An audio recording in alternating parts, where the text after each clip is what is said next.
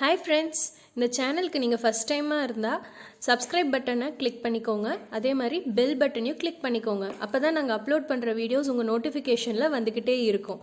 அதே மாதிரி உங்களுக்கு பிடிச்சிருந்தா இந்த வீடியோவை ஷேர் பண்ணுங்கள், லைக் பண்ணுங்கள். சரி, வாங்க நம்ம வீடியோக்குள்ளே போகலாமா?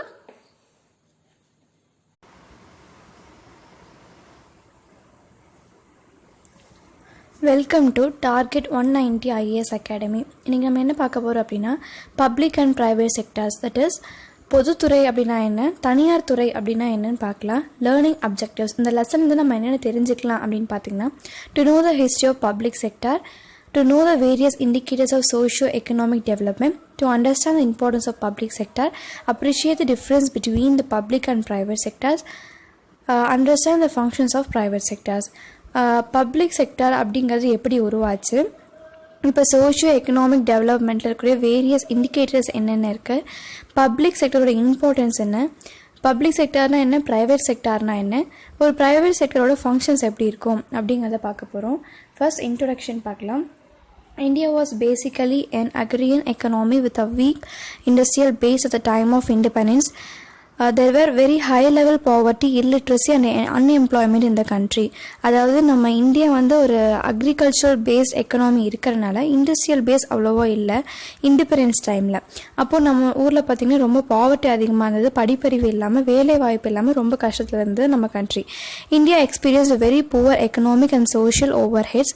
It is principally for the reasons that the state had to play an extensive role in developing the country. இதனால் என்னாச்சு அப்படின்னா, ஒவ்வொரு ஸ்டேட்டும் வந்து அவங்களோட எக்கனாமி டெவலப் பண்ணுறதுக்காக ரொம்பவுமே எக்ஸ்டென்சிவாக வேலை பண்ண வேண்டியதாக இருந்துச்சு. Hence, India conceived to have the Indian economy on socialist line. The economic growth may be sustained at the maximum rate if private sector and public sector joined hands.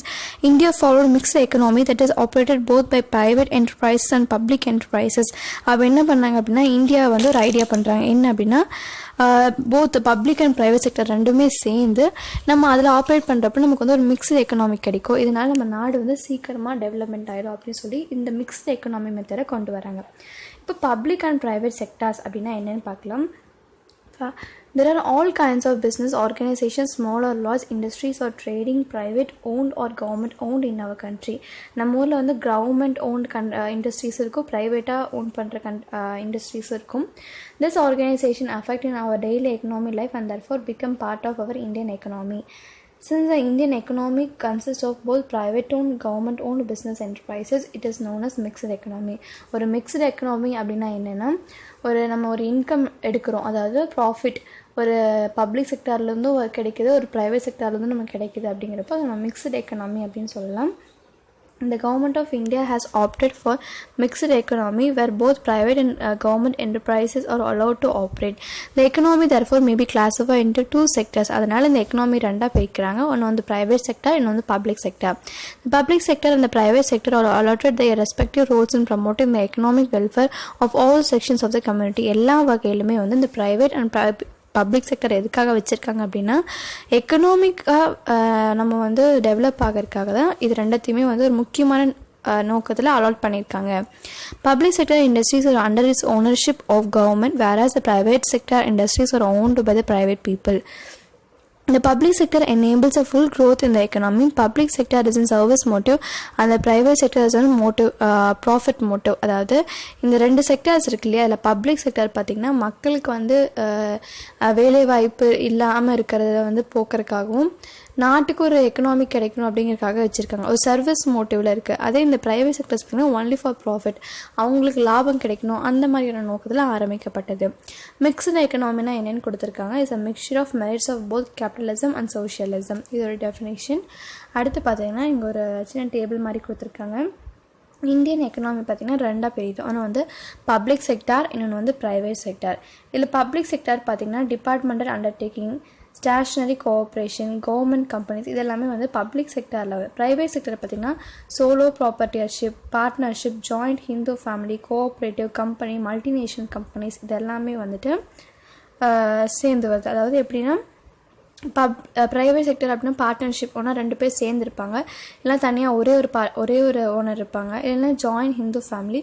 Cooperative அப்படின்னா இந்த கூட்டுறவு, that is இந்த அமுல் கம்பெனிலாம் இருக்கு இல்லையா, அது எல்லாமே வந்து இந்த கோஆப்ரேட்டிவ். இது எல்லாமே வந்து ப்ரைவேட் செக்டர். பப்ளிக் செக்டர்னு பார்த்திங்கன்னா கவர்மெண்ட் வச்சுருக்க இண்டஸ்ட்ரீஸை டிபார்ட்மெண்ட் வைஸ் அண்டர்டேக் பண்ணியிருக்கிறது. இந்த துறை வந்து கவர்மெண்ட் ஃபுல்லாக வந்து அண்டர்டேக் பண்ணியிருப்பாங்க. இது எல்லாமே வந்து பப்ளிக் செக்டர். இப்போ கம்பெனிஸ் அப்படின்னு பார்த்துட்டிங்கன்னா அதுலேயும் பப்ளிக் அண்ட் ப்ரைவேட் லிமிடெட்னு சொல்லிட்டு 2 இருக்குது. ஒன்று வந்து பப்ளிக்கு சர்வ் பண்ணும், ஒன்று வந்து ப்ரைவேட் வந்து ப்ராஃபிட் மோட்டிவில் வச்சுருப்பாங்க. இப்போ டெஃபினேஷன் ஆஃப் பப்ளிக் செக்டார். இப்போ பப்ளிக் செக்டாரோட டெஃபினேஷன் என்னென்னு பார்க்கலாம். The sector which is engaged in the activities of providing government goods and service to general public is known as public sector. அதாவது ஒரு துறை அது வந்து மக்களுக்கு வந்து கூட்ஸ் அண்ட் சர்வீஸை வழங்குது, பொருட்களையும் சர்வீஸும் வழங்குது. அப்படிங்கிறப்போ அது வந்து நம்ம பப்ளிக் செக்டர்னு சொல்கிறோம். The enterprises agencies and bodies are fully own control and run by the government. இது மொத்தமாகவே கண்ட்ரோல் பண்ணுறது யார் அப்படின்னா கவர்மெண்ட் தான். ஒருவேளை சென்ட்ரல் கவர்மெண்ட்டாகவும் இருக்கலாம், ஸ்டேட் கவர்மெண்ட்டாகவும் இருக்கலாம், லோக்கல் கவர்மெண்ட்டாகவும் இருக்கலாம். இப்போ ஹிஸ்ட்ரி ஆஃப் பப்ளிக் செக்டர் பார்க்கலாம். When India has achieved independence in 1947, it was primarily an agricultural country with a weak industrial base. இது நம்ம ஃபஸ்ட்டே பார்த்துட்டோம், நம்ம வந்து ஒரு agricultural country, but industrial base நமக்கு இல்லை. There were only 18 Indian ordnance factory in the country which the British had established for their own economic interests and ruled subcontinent with a brute force.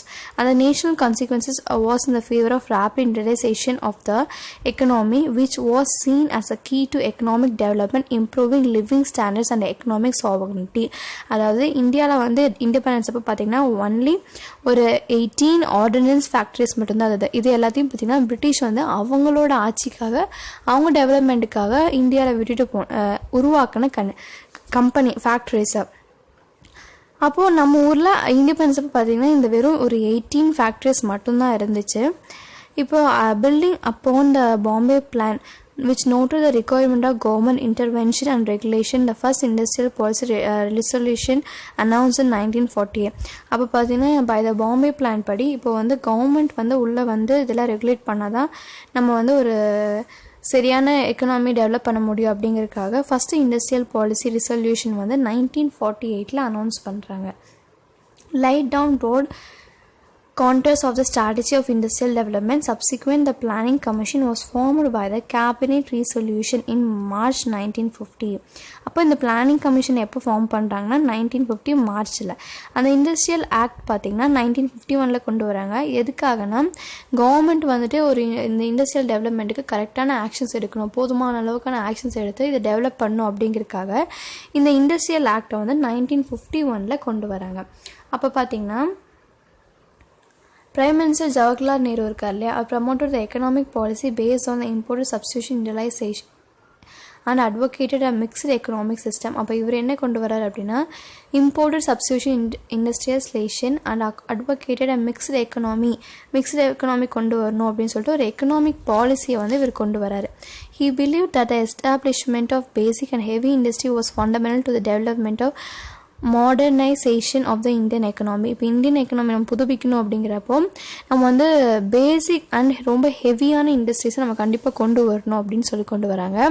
இந்த India second 5-year plan 1956-60 வரைக்கும் கொண்டு வந்த second 5-year plan இருக்கு இல்லையா, அதில் வந்து industrial policy resolution 1956 இருக்கு இல்லையா, அது வந்து எதுக்காக கொண்டு வந்தாங்க அப்படின்னா பப்ளிக் பொது நிறுவனங்களை வந்து நிறைய கொண்டு வரணும், டெவலப்மெண்ட் பண்ணணும் அப்படிங்கிறதுக்காக கொண்டு வந்திருக்காங்க. இந்த விஷயம் யார் தலைமையில் கொண்டு போயிட்டுருக்காங்க அப்படின்னா டாக்டர் வி கிருஷ்ணமூர்த்தி. அவங்க தான் வந்து father of public sector undertaking. இந்தியாவில் வந்து இந்த பப்ளிக் செக்டர் வந்ததுக்கு சரியாக இதை இம்ப்ளிமெண்ட் பண்ணதுக்கு ஒரு முக்கியமான காரணம் என்னன்னு பார்த்தீங்கன்னா டாக்டர் வி கிருஷ்ணமூர்த்தி. ஸோ அவர் வந்து father of public sector undertakings in India அப்படின்னு சொல்லப்படுறாங்க. அதுக்கப்புறம் ப்ரொஃபஸர் பிசி மஹலானோபிஸ் அப்படிங்கிறவங்க பார்த்திங்கன்னா இந்த ஃபார்முலா இதெல்லாம் எப்படி கொண்டு வரலாம் அப்படிங்கிறதுக்கு ஒரு முக்கியமான ஒரு அங்கமாக இருந்திருக்காரு. அதனால் இதை எப்படி சொல்கிறாங்க அப்படின்னா ஃப்ரைட்மேன் மஹலானோபிஸ் மாடல் அப்படின்னு சொல்லிட்டு இந்த அவங்க கொண்டு வந்த ஃபார்முலாவை அப்படின்னு சொல்கிறாங்க. In 1991, industrial policy was radically different from all the earlier policies, where the government was deliberating disinvestment of the public sector and allowing greater freedom to the private sector.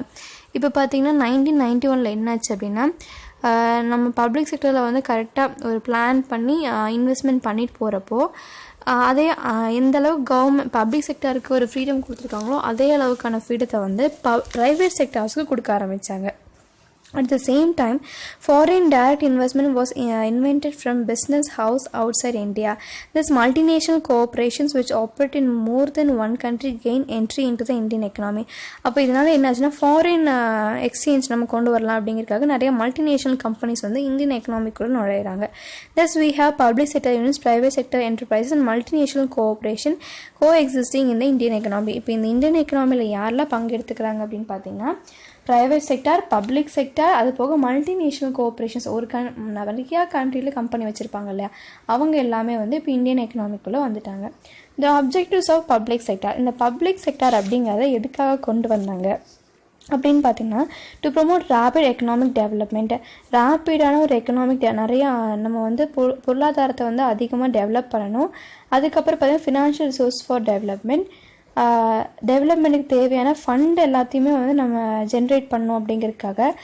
To promote redistribution of income and wealth, to create employment opportunity, நிறைய வேலை வாய்ப்பு கொண்டு வரதுக்காகவும், small scale and சின்ன சின்ன industries எல்லாத்தையும் கொண்டு வரணும். ஏன்னா பேசிக் அண்ட் ஹெவி இண்டஸ்ட்ரீஸ் எல்லாமே கொண்டு வந்தால் நம்ம எக்கனாமிக் டெவலப்மெண்ட் ஆகும். அதனால ஸ்மால் ஸ்கேல் இண்டஸ்ட்ரீஸையும் இதோடைய டெவலப்மெண்ட்டுக்கு ரொம்ப என்கரேஜ் பண்ணுது. அப்புறம் to accelerate export promotion and import substitution, அதாவது எக்ஸ்போர்ட் இங்கிருந்து போகுது இல்லையா, ஏற்றுமதியானதை வந்து முடிஞ்ச அளவுக்கு உயர்த்தி இறக்குமதி வந்து கொஞ்சம் மாற்றி எடுக்கலாம் அப்படிங்கிறதுக்காக இந்த பப்ளிக் செக்டர் வந்து கொண்டு வந்திருக்காங்க. இப்போ அடுத்து பார்த்திங்கன்னா பப்ளிக் செக்டர் ஆர்கனைசேஷன்ஸாக இதில் இருக்கக்கூடிய நிறுவனங்கள் வந்து எப்படி இருக்குது, என்னென்ன இருக்குது அப்படின்னு பார்க்கலாம். There are two types of public sector organization. இதில் பப்ளிக் செக்டர்லேயே ரெண்டு இருக்குது. எது ஒன்று வந்து கவர்மெண்ட் வந்து ஃபுல்லி ஃபினான்ஸ் பண்ணிடுவாங்க, எல்லாமே அவங்களுக்கு காசு கொடுத்துருவாங்க. அதே இன்னொன்று பார்த்திங்கன்னா பார்ஷியலாக வந்து கொஞ்சம் ப்ரைவேட்டாக கொஞ்சம் பப்ளிக் ரெண்டும் சேர்ந்து வர்றது வந்து ரெண்டு டைப்பில் இந்த பப்ளிக் செக்டர் ஆர்கனைசேஷன்ஸ் இருக்குது. ஆர்கன்ஸ் ஆஃப் பப்ளிக் செக்டர் அப்படின்னு பார்த்திங்கன்னா administration by the government department. ஸ்ட்ரைட்டாகவே அதை வந்துட்டு ஒரு டிபார்ட்மெண்ட், ஒரு மினிஸ்ட்ரியே வந்து அதை பார்த்துக்குவாங்க. It's very common almost in all country. இப்போ railway, port trust, post, telegraph இதெல்லாமே பார்த்திங்கன்னா ஒரு டிபார்ட்மெண்ட்டே இருக்கும். இந்தியன் கான்ஸ்டியூஷனில் அதுக்குன்னு ஒரு டிபார்ட்மெண்ட் இருக்குது. ஸோ அந்த டிபார்ட்மெண்ட்டே வந்து அது ஃபுல்லாக பார்த்துக்குவாங்க. ஜாயின்ட் செக்டர் கம்பெனிஸ் அப்படின்னு பார்த்திங்கன்னா ஒரு 2-3 கம்பெனி எல்லாம் சேர்ந்து, இப்போ 2-3 பப்ளிக் செக்டர் கம்பெனிஸ்லாம் சேர்ந்து அதை வந்து அதுக்குன்னு ஒரு லாஸ் வச்சு அதை கண்ட்ரோல் பண்ணிட்டு வந்திருப்பாங்க.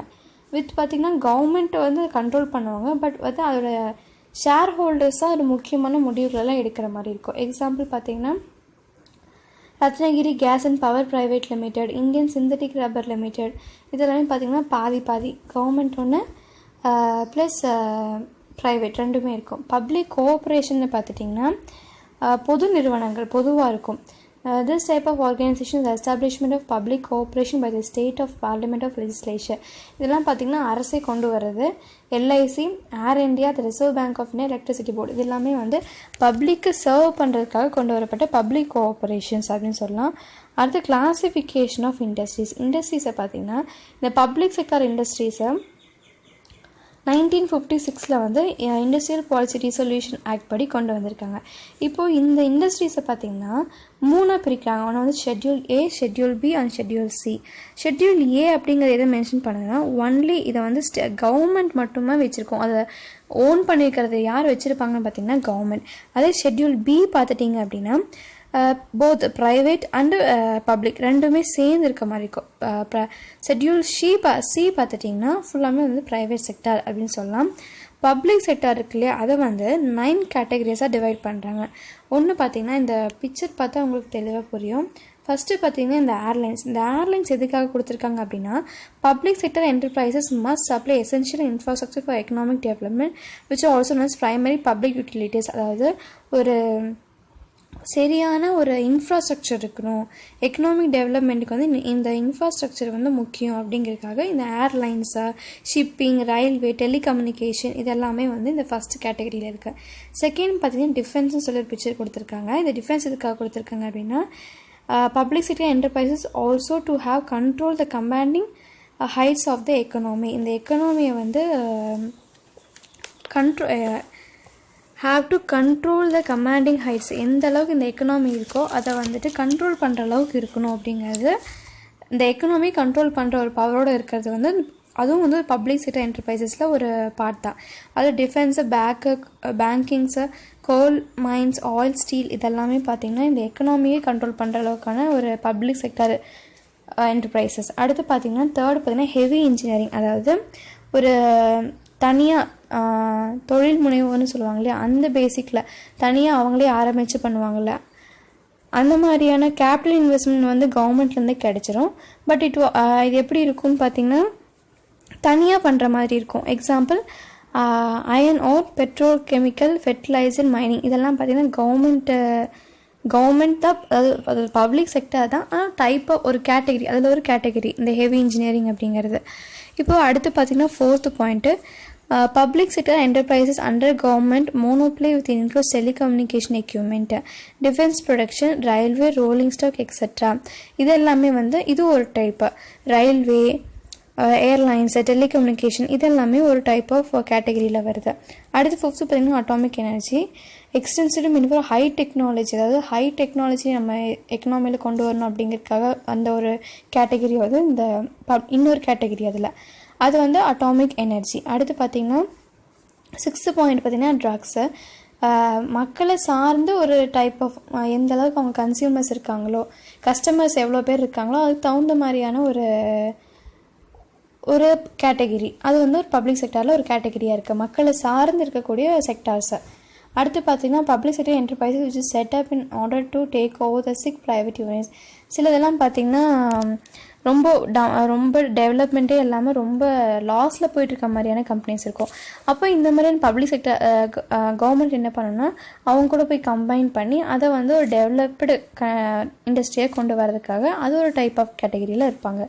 அடுத்து பார்த்திங்கன்னா எயித்து பாயிண்ட் இருப்பாங்க FCI, public sector enterprises which are set up a trade cooperation. இதெல்லாம் பார்த்திங்கன்னா இம்போர்ட் எக்ஸ்போர்ட் கேட்டகரியில் வரக்கூடிய private sector enterprises.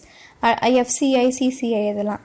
Public sector enterprises which serves as a consultancy and engineering service etcetera. That is மக்களுக்கு வந்துட்டு ஆலோசனை சொல்லி engineering service பொறியியல் சேவைகளை வழங்குற மாதிரி இருக்கும். இதெல்லாம் பார்த்திங்கன்னா ஒரு type of category in public sector அப்படின்னு சொல்லலாம். இது எக்ஸாம்பிள் பார்த்திங்கன்னா மெக்கான் லிமிட்டடை சொல்லியிருக்காங்க. அடுத்து கீழே பாருங்கள் ஒரு பாக்ஸ் இருக்கும். That is NITI Aayog, national institution for transforming India. இந்தியாவை மாற்றி அமைக்கக்கூடிய ஒரு நித்தி ஆயோக் அப்படிங்கிறது கமிஷன். இது பார்த்திங்கன்னா 65 years ஓல்ட் பிளானிங் கமிஷன். இது என்ன பண்ணும் அப்படின்னா மினிஸ்ட்ரிஸ்க்கும் டிபார்ட்மெண்ட்ஸுக்கும் ஃபண்ட் ஒதுக்கி கொடுக்கும். இது பார்த்திங்கன்னா NITI Aayog is a policy tank and truly advisory body form on January 1, 2015 வந்து இந்த மாதிரி இண்டஸ்ட்ரீஸ்க்கெல்லாம் ஆலோசனை கொடுக்கறதுக்காகவும் ஃபண்டு ஒதுக்கி தரக்காகவுமே இந்த ஒரு கமிஷனை உருவாக்கியிருக்காங்க, நித்தி கமிஷன் அப்படின்னு சொல்லி. சோஷியோ எக்கனாமிக் டெவலப்மெண்ட் அப்படின்னு பார்த்திங்கன்னா is a process of social and economic development society.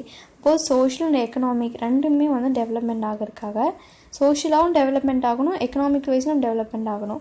அதை எப்படி கொண்டு வராங்க அப்படின்னு பார்த்திங்கன்னா socio economic development is measured with indicators. எதெல்லாம் வச்சு நம்ம சோஷியோ எக்கனாமி வந்து டெவலப்மெண்ட் ஆகிட்டு இருக்குது அப்படின்னு பார்க்கலாம்னா ஜிடிபி, கிராஸ் டொமஸ்டிக் ப்ராடக்ட் ஒன்று, life expectancy, literacy and life levels of employment.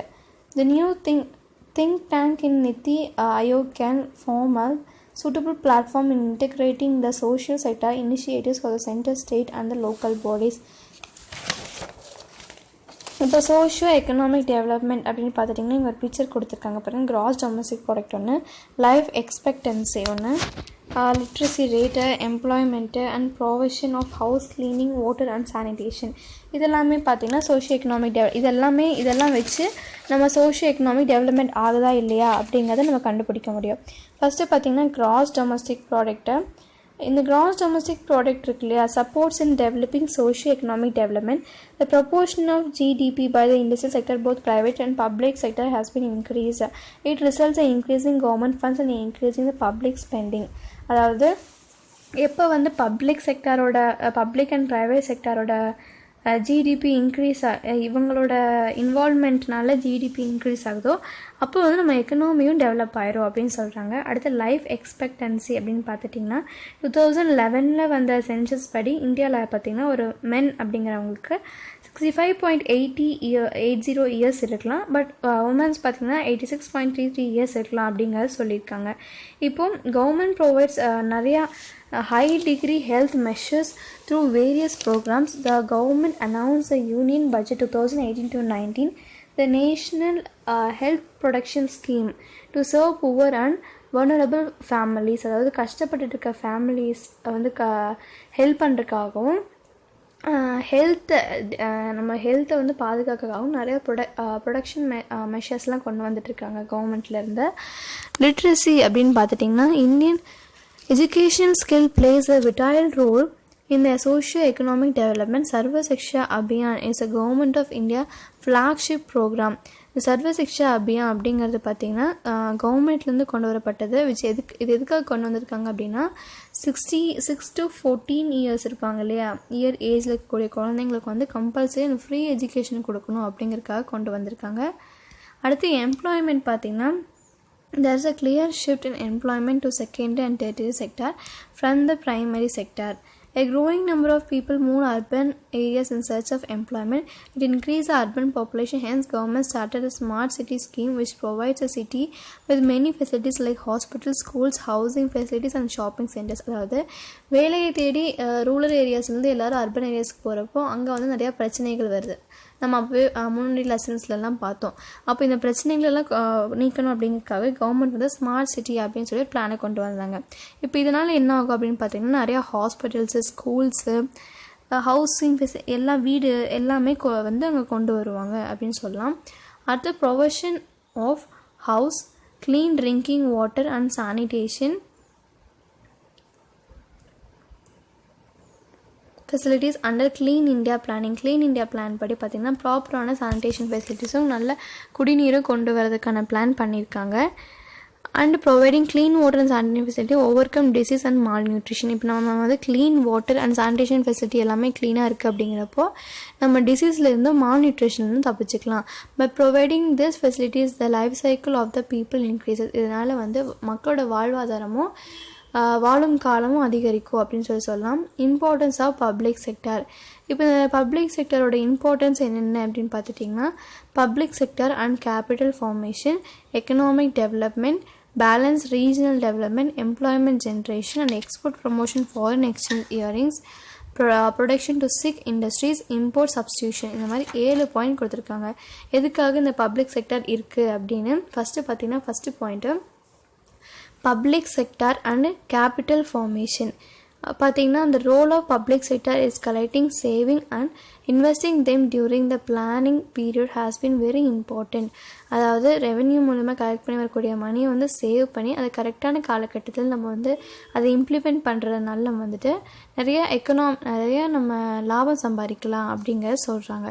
அடுத்து எக்கனாமிக் டெவலப்மெண்ட். இப்போ இந்த பப்ளிக் செக்டர்ஸ்லாம் இருக்கிறதுனால பார்த்திங்கன்னா நமக்கு வந்து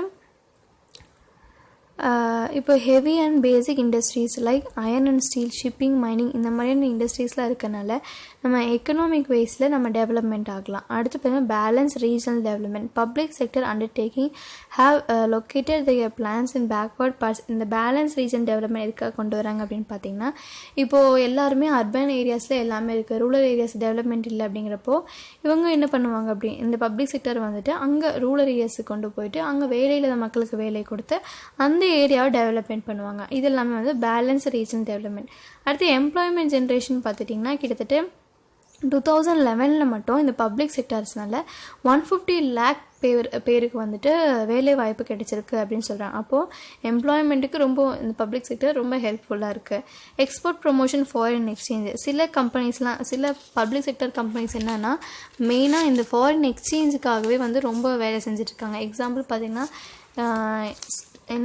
ஸ்டேட் ட்ரேடிங் கோஆப்ரேஷன், அந்த minerals and metals trading cooperation, Hindustan steel limited, Bharat electronics limited இதெல்லாமே பார்த்திங்கன்னா முக்கியமாக இந்த எக்ஸ்போர்ட்டுக்காகவே ஃபாரின் எக்ஸ்சேஞ்சுக்காகவே ஒர்க் பண்ணிகிட்ருக்காங்க. அப்போ ப்ரொடக்ஷன் டு சிக் இண்டஸ்ட்ரீஸ். அதாவது ரொம்ப டெவலப்மெண்ட் இல்லாத கண்ட்ரீஸை வந்து பாதுகாக்கிறதுக்காகவும் சில பப்ளிக் செக்டார்ஸ் நிறுவனங்கள் வருது. அவங்க கூட போய் ஜாயின் பண்ணி அதை வந்து நல்ல ஒரு பெரிய கம்பெனி டெவலப் பண்ணுவாங்க. அடுத்து இம்போர்ட் சப்ஸ்டியூஷன் பார்த்திங்கன்னா some public sector enterprises were started specifically to produce goods which are formerly imported and thus to save foreign exchange.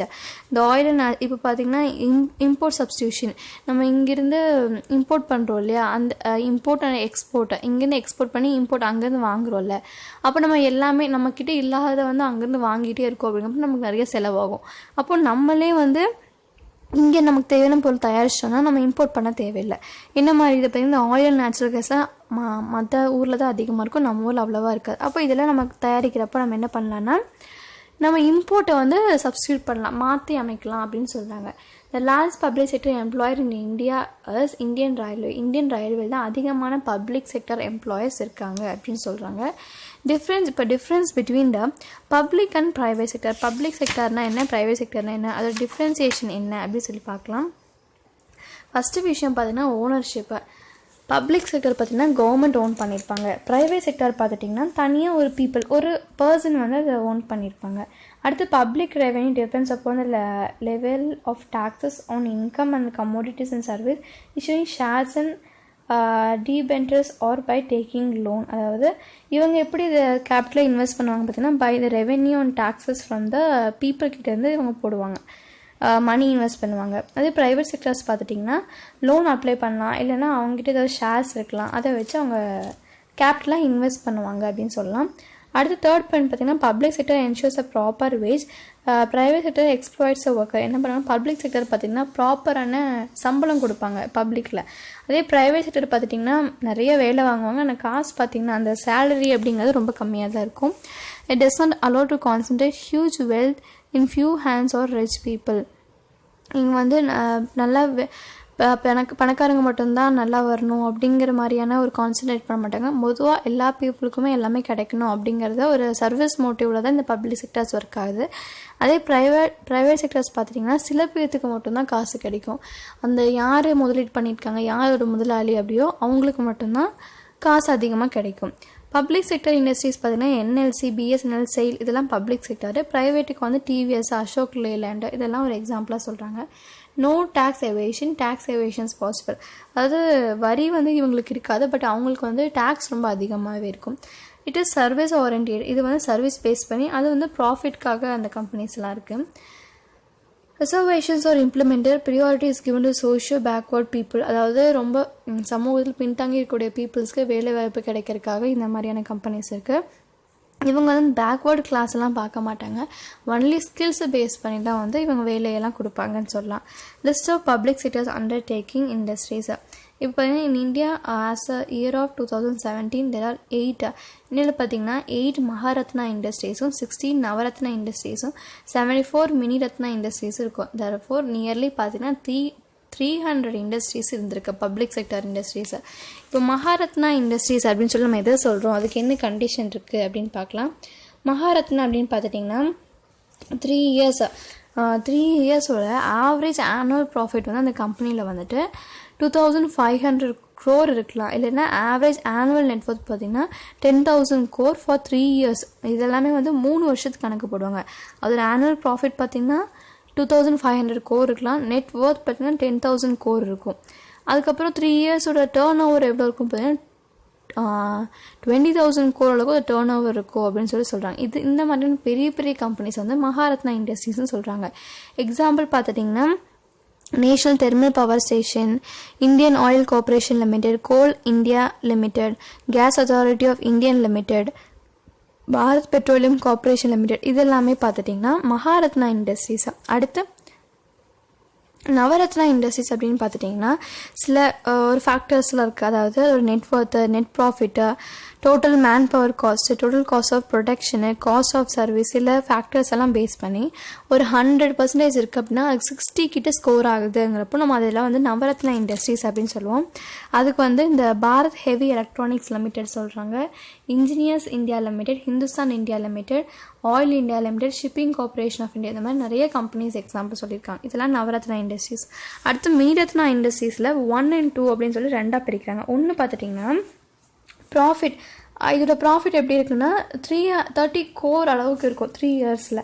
அதெல்லாம் பார்த்தீங்கன்னா மினி ரத்னா இண்டஸ்ட்ரீஸ், அது பார்த்தீங்கன்னா airport authority of India, Bharat dynamics limited, Bharat Sanchar Nigam limited, Indian trade promotion organisation, இந்த மாதிரி நிறைய companies இருக்குது. இதெல்லாமே பார்த்தீங்கன்னா மினிரத்னா இண்டஸ்ட்ரீஸில் அததாவது 3 இயர்ஸோட டேர்ன் ஓவர் இல்லைன்னா அதோட ப்ராஃபிட் பார்த்தீங்கன்னா 30 crores இருக்கும்.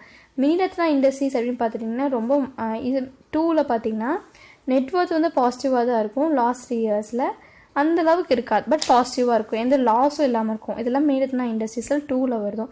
எக்ஸாம்பிள் பார்த்தீங்கன்னா MECON limited, mineral exploration cooperation limited, Bharat pumps and compressors limited, HMT limited. இதெல்லாம் பார்த்திங்கன்னா ரொம்ப ப்ராஃபிட்லாம் அதிகமாக இருக்குன்னு சொல்ல முடியாது, பட் அதோட நெட்ஒர்த் பார்த்திங்கன்னா பாசிட்டிவாக இருக்கும் அப்படின்னு சொல்லலாம். இப்போ இந்த டேர்ம் நவரத்னா அப்படிங்கிற வேர்ட் பார்த்துட்டிங்கன்னா talisman composed of 9 precious gems, அதாவது ஒரு மேஜிக்கான ஒரு கல், அது வந்து 9 கற்களால் ஆனது அப்படின்னு சொல்கிறாங்க. இந்த டேர்ம் பார்த்திங்கன்னா குப்தா எம்பரர் வந்து விக்ரமாதித்யா அண்ட் முகல் எம்பரர் அக்பர் இவங்க எல்லாமே வந்து இதை யூஸ் பண்ணியிருக்காங்க. எதுக்காகனா இந்த கோர்ட் நீதிமன்றங்கள் இருக்கு இல்லையா, அங்கே வந்து இந்த மாதிரியான வேர்ட்ஸை அவங்க யூஸ் பண்ணியிருக்காங்கன்னு சொல்கிறாங்க. Definition of private sector. இப்போ ப்ரைவேட் செக்டார் அப்படின்னு நம்ம என்னென்னு பார்க்கலாம். The segment of the national economy that is owned, controlled and managed by the private individuals or enterprises is known as private sector. The private sector companies are divided on the basis of size, which are privately or publicly traded organizations. They can be created in 2 ways, either by the formation of new enterprise or by the privatization of any public sector enterprises. அதாவது private sector அப்படிங்கிறது பார்த்திங்கன்னா ownership ஒருத்தர் தான் இருப்பார், ஒரு individual இருப்பாங்க. அதோட மொத்த எக்கனாமி யார் வச்சுருப்பாங்க, கண்ட்ரோல் பண்ணி மேனேஜ் பண்ணி வச்சுருப்பாங்கன்னா ஒரு பர்சன் தான் வச்சுருப்பாங்க. The private sector is a part of country economy that is run by individuals and companies rather than the government. அதாவது இந்த ப்ரைவேட் செக்டர் இருக்கு இல்லையா, அது வந்து நம்ம இந்தியன் எக்கனாமியில் ஒரு பார்ட்டாக இருக்குது. ஆனால் இதை கண்ட்ரோல் பண்ணி மேனேஜ் பண்ணுறதெல்லாம் யாருன்னு பார்த்திங்கன்னா ஒரே ஒருத்தர் மட்டும்தான்.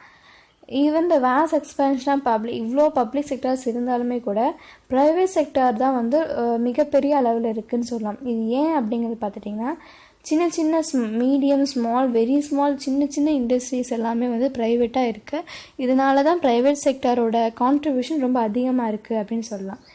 Also, the contribution of products of cottage and village industries and the small scale industries is a major proportion of the wholesale and retail trade. அதாவது சின்ன மொத்த வியாபாரம், சில்லறை வியாபாரம் இதெல்லாமே வந்து தனித்தனியாக ஓன் பண்ணி காட்டேஜ் இண்டஸ்ட்ரீஸ், வில்லேஜ் இண்டஸ்ட்ரீஸ் மாதிரி நிறையா இருக்கிறதுனால ப்ரைவேட் செக்டர் ரொம்ப அதிக அளவில் இருக்குது அப்படின்னு சொல்லாங்க. Private sector is dominated in road ship. இப்போ இந்த ப்ரைவேட் செக்டர் ரொம்ப அதிகமாக எதில் கான்சன்ட்ரேட் பண்ணுறாங்கன்னு பார்த்துட்டிங்கன்னா ரோடு, ஷிப்பு, ஏர்வேஸ் டிரான்ஸ்போர்ட் இதிலெல்லாம் வந்து ரொம்ப அதிகமான கவனம் செலுத்துகிறாங்க. மேஜர் ப்ரைவேட் கம்பெனிஸ் நம்ம எதை சொல்கிறாங்க நம்ம இந்தியாவில் பார்த்திங்கன்னா Infosys, Aditya Birla company, reliance industrial companies, Tata group of companies, Wipro limited, Hindustan Unilever limited, ICICI bank limited. இதெல்லாம் பார்த்திங்கன்னா ரொம்ப மேஜரான ஒரு மிகப்பெரிய ப்ரைவேட் கம்பெனிஸ் இன் இந்தியான்னு சொல்லலாம். Functions of private sector. இந்த ப்ரைவேட் செக்டரோட ஃபங்க்ஷன்ஸ், இது வேலைகள் என்ன, இது எப்படி இருக்குது அப்படின்னு பார்த்துட்டிங்கன்னா the main function of the private sector is to create innovation and modernization. ஒரு புதுமையும் ஒரு புதுசாக ஒரு விஷயத்தை கொண்டு வரதுக்காக தான் இந்த மெயினாக ப்ரைவேட் செக்டர்ஸ்லாம் ஒர்க் ஆகிட்டுருக்கு. அதுக்கப்புறமா இதோட இந்த ப்ராஃபிட் மோட்டிவில் வந்து இது வந்து ட்ரைவ் ஆகிறதுனால இதில் புது விஷயங்கள் வந்துகிட்டே இருக்கும். Develop and maintain infrastructure and services. இதோட நம்ம நாடோட இன்ஃப்ராஸ்ட்ரக்சரை டெவலப் பண்ணுறதுக்காகவும் இது இருக்குதுன்னு சொல்லலாம். And to expand the existing business, already இருக்கக்கூடிய ஒரு பிஸ்னஸை மிகப்பெரிய அளவில் கொண்டு வரதுக்காக. இப்போ சாதாரண ஒரு சின்ன இண்டஸ்ட்ரி இருக்குது அப்படின்னா அது கூட இன்னும் அந்த மாதிரி நிறைய இண்டஸ்ட்ரீஸ் வரப்போ அந்த இண்டஸ்ட்ரி வந்து பிஸ்னஸ் வந்து மிக பெருசாகிடும். Promote human capital development to help the vulnerable groups, especially to participate the labor market and to increase the community development by promoting community business and cooperative local exchange system and informal credit etc. அதாவது ரொம்ப பாதிக்கப்படக்கூடிய நிலைமையில் இருக்கக்கூடிய சில கீழே இருக்கக்கூடிய பீப்புளை வந்துட்டு அந்த சோஷியலாக அவங்க மொத்த சமூகத்தையும் டெவலப் பண்ணுறதுக்காகவும் ஹியூமன் கேபிட்டல் டெவலப்மெண்ட்டு நம்ம மனிதர்களோட முதலீடு அதிகமாக இருக்கிறத டெவலப் பண்ணுறதுக்காகவும் இதெல்லாமே இருக்குதுன்னு சொல்லலாம். ப்ரமோட் ஸ்மால் சின்ன இண்டஸ்ட்ரீஸ் எல்லாத்தையுமே வந்து ஒரு மிகப்பெரிய அளவில் கொண்டு வரதுக்காக இதெல்லாமே இருக்குது. இந்த ப்ரைவேட் செக்டார்ஸ்லாம் ஒர்க் ஆகிட்டுருக்குன்னு சொல்லலாம். இன் இந்தியா நம்ம இந்தியா வந்து ஒரு மிக்சடு எக்கனாமியாக இருந்தாலுமே இந்த கிரேட்டர் இம்பார்ட்டன்ஸ் வந்து ப்ரைவேட் செக்டார்ஸ்க்கு தான் கொடுக்கப்படுது. For attain rapid economic development, அதிகமான எக்கனாமிக் டெவலப்மெண்ட் இந்த ப்ரைவேட் செக்டார்ஸில் தான் நமக்கு கிடைக்கிது. இந்த government has fixed specific role the private sector இந்த ஃபீல்ட் ஆஃப் இண்டஸ்ட்ரி. கவர்மெண்ட் பார்த்திங்கன்னா இந்த ப்ரைவேட் செக்டார்ஸ் வந்து ஒவ்வொரு ஃபீல்டும் தனித்தனி அவங்க இப்படி தான் இருக்கும் அப்படின்னு சொல்லி ஃபிக்ஸ் பண்ணி வச்சுருக்காங்க. Example, agriculture and other allied activities like dairying, animal husbandry, poultry, etc. total under the control of private sector. அப்போ அந்த அனிமல் ஹஸ்பண்ட்ரி, டைரிங், பவுல்ட்ரி அது எல்லாமே பார்த்திங்கன்னா மொத்தமாகவே ப்ரைவேட் செக்டர்ஸ் கீழே தான் இருக்குது. That's private sector playing a important role. Agriculture செக்டார்லேயும் பார்த்திங்கன்னா இந்த ப்ரைவேட் செக்டார் மிகப்பெரிய ஒரு ரோல் வகிச்சிட்ருக்குன்னு சொல்லலாம். Moreover, the major proportion of the industrial sector engaged in the non-strategic and light areas producing various consumer goods, both durable and non-durable, electronics and electrical goods, automobiles, textiles, chemical, food products, light engineering foods, etc. So control the private sector. இந்த மாதிரியான எல்லா விஷயங்களுமே வந்து private sectors கீழே தான் இருக்குது. The social and economic challenges before the country are great. To meet the targets in structural transformation and economic growth, public sector and private sectors must join together. அப்போ வந்து நம்மளோட ஸ்ட்ரக்சரல் வைஸ் நம்ம economy develop பண்ணுறதுக்கு both economic and private and public sector ரெண்டுமே வந்து சேர்ந்து வேலை செய்யணும் அப்படின்னு சொல்லலாம். ரீகேப் பார்க்கலாம். The public sector and the private sectors are allotted their respective roles in promoting the economic welfare of all sections of the community. எல்லா வகையில இருந்தும் அந்த பப்ளிக் அண்ட் ப்ரைவேட் செக்டர்ஸ் வந்து தனித்தனி வேலைகள் கொடுக்கப்பட்டிருக்கு. எதுக்காக? நம்ம எக்கனாமி டெவலப் பண்ணுறதுக்காக. The sector which is engaged in this activity of providing government goods and services to the general public is known as public sector. அதாவது மக்களுக்கு வந்து சேவைகளை வழங்குது இல்லையா, அதை வந்து நம்ம பப்ளிக் செக்டர் அப்படின்னு சொல்லலாம். இந்த பிளானிங் கமிஷனை பார்த்திங்கன்னா மார்ச் 1950 ஆரம்பிச்சிருக்காங்க. அதுக்கப்புறம் இண்டஸ்ட்ரியல் ஆக்ட் 1951. இதனால் வந்துட்டு கவர்மெண்ட் வந்து நெசசரியான ஆக்ட் எடுத்து அந்த இண்டஸ்ட்ரியை வந்து ரெகுலேட் பண்ண தான் நம்ம ஊரில் வந்து இண்டஸ்ட்ரி மூலிமா இண்டஸ்ட்ரியல் பேஸை வந்து கொஞ்சம் அதிகம் பண்ண முடியும் அப்படின்னு சொல்லி கொண்டு வந்திருக்காங்க. சோஷியோ எக்கனாமிக் டெவலப்மெண்ட் வந்து சில ஃபேக்டர்ஸை வந்து நம்மளால் சோஷியோ எக்கனாமிக் வந்து டெவலப் ஆகுதா இல்லையா அப்படிங்கிறத கண்டுபிடிக்க முடியும். ஸ்டாட்டிஸ்டிக்கல் ரிவல்ஸ் இந்த union ministry of health and family welfare shows that family expectancy பார்த்துட்டிங்கன்னா 2011 பார்த்திங்கன்னா 65.80 years ஃபார் மென்னும் 68.33 years ஃபார் உமனுக்குன்னு சொல்லியிருக்காங்க 2011. The segment of national economy that is owned, controlled and managed by the private individuals or enterprises is known as private sector. அதாவது தனியாக ஒரு ஆள் இல்லைனா ஒரு நிறுவனம் வந்து ஒரு துறையை வந்து கண்ட்ரோல் பண்ணி வந்துட்டுருக்குன்னா ஒரு கம்பெனியை நடத்தி வருது அப்படிங்கிறப்ப நம்ம அதை என்னென்னு சொல்லலாம்னா ப்ரைவேட் செக்டார்ஸ் அப்படின்னு சொல்லலாம். ஸோ இந்த பப்ளிக் அண்ட் ப்ரைவேட் செக்டார்ஸ் ரெண்டுமே ஜாயின் பண்ணால் மட்டும்தான் நம்மளோட மிக்சட் எக்கனாமிக்கில் நம்ம இந்தியா வந்து டெவலப் ஆக முடியும் அப்படின்னு சொல்லி நம்ம இந்த லெசன் வந்து தெரிஞ்சுக்கலாம். Thank you for watching.